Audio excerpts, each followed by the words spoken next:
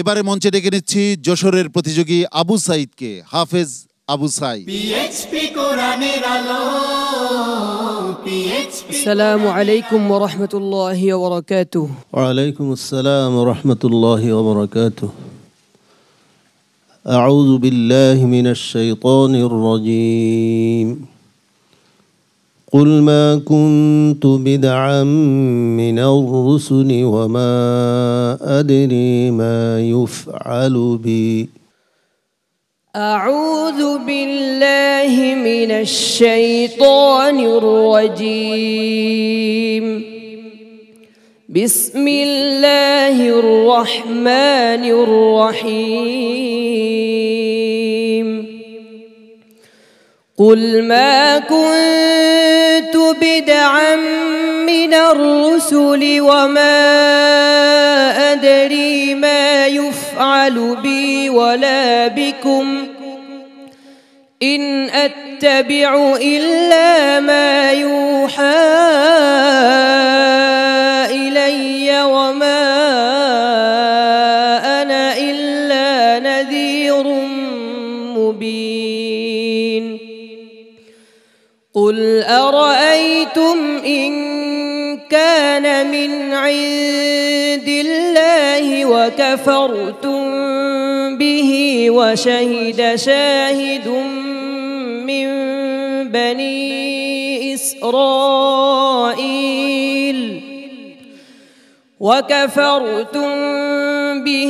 وشهد شاهد من بني إسرائيل على مثله فآمن واستكبرتم إن الله لا يهدي القوم الظالمين. وقال الذين كفروا للذين آمنوا لو كان خيرا ما سبقونا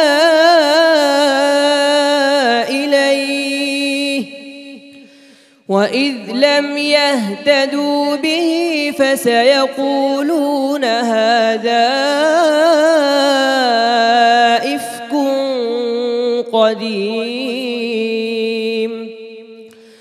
ومن قبله كتاب موسى إماما ورحمة وهذا كتاب مصدق لسانا عربيا لينذر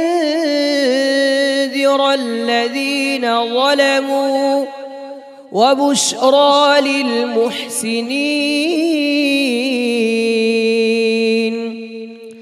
إن الذين قالوا ربنا الله ثم استقاموا فلا خوف عليهم ولا هم يحزنون. أولئك أصحاب الجنة خالدين فيها جزاء بما كانوا يعملون. ووصينا الإنسان بوالديه إحسانا حملته أمه كرها ووضعته كرها وحمله وفصاله 30 شهرا حتى إذا بلغ أشده وبلغ 40 سنة قال رب أوزعني أن أشكر نعمتك التي أنعمت علي وعلى والدي وعلى والدي وأن أعمل صالحا ترضاه وأصلح لي في ذريتي إني تبت إليك وإني من المسلمين.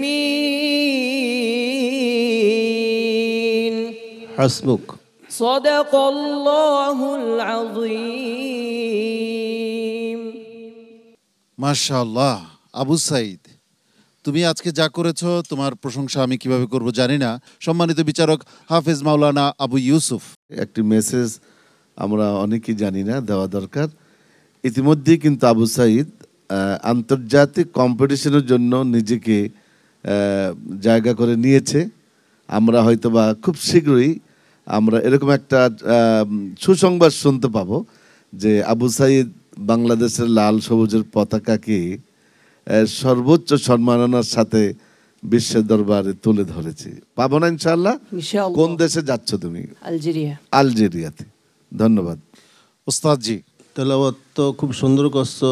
স্বরের পিছে মানে স্বরকে অনুসরণ করতে যাইয়া তোমার যদি উচ্চারণের মধ্যে সমস্যা হয়, গুন্নার মধ্যে সমস্যা হয়, তাহলে কিন্তু সুরের দ্বারা কাজ হবে না। কারণ ফরজ বাদ দিয়ে নফল করলে কোনো লাভ হবে না। সেগুলি হলো ফরজের পর্যায়ে। যেমন লাউ কানা খায়রাম মা সাবাকুনা, গুন্নাটা যেন সামান্য হয়েছে, গুন্নার পরিমাণ মিকদার ঠিক হয় নাই। অনেকগুলি গুন্না বেশ কম হয়ে যায়, এগুলির প্রতি খেয়াল রাখতে হবে। বারিক হরফগুলি ওয়াকাফারতুম না ওয়াকাফারতুম, তুমি ওয়াকাফারতুম কইছ, হরফগুলি মোটা হয়ে গেছে। ওয়াকাফারতুম মনে থাকবে ইনশাল্লাহ। আমরা সম্মানিত বিচারকগণ যে পরামর্শ দিচ্ছেন সবগুলি পরামর্শ অনুসরণ করে চেষ্টা করে যাও ইনশাল্লাহ। তাহলে আন্তর্জাতিক অঙ্গনে ইনশাল্লাহ একটা কিছু করা আসা সম্ভব হবে। আমরা দোয়া করি ইনশাল্লাহ। দেখা যাক কি রেজাল্ট আসে। তুমি তোমার আসনে যাও। আসসালামু আলাইকুম ওয়া রাহমাতুল্লাহি ওয়া বারাকাতুহু। PHP কোরআনের আলো।